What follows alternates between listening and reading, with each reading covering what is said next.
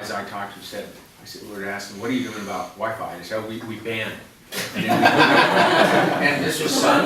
Yeah, I remember. And they had people walking around the building with scanners and find it, turn them off, various things.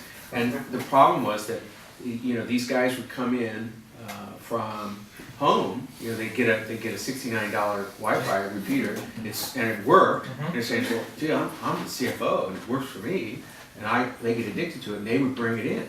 So this is true of all these technologies that are coming in. The challenge you have is that you have to embrace the technology change because it is going to happen, but you have to, I think you have to abstract the communication technology layer from policy. And you say, look, because policies haven't changed at all. If you went to one of these people this example of the Facebook, the Sun engineers are dumping out all this stuff on Facebook so that their companions can see it. And if you went to them and say, well, would you take the paper documents and put it into the public library? And, well, of course not. So it's the same thing. I think we have to take the technologies, understand why they're so compelling to the newer employees, where the benefits are, because there's a tremendous amount of benefit to. Unfortunately, social networking really was about social things. So there's business networking. We actually need a different term.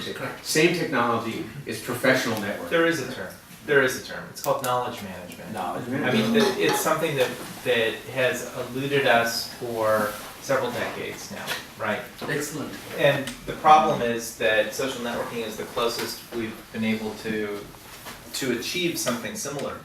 But the problem, and I keep coming back to something, Mike, you had said earlier about how email was just overwhelming, and now as things shift to social networks, it's much easier to manage. I actually find the exact opposite.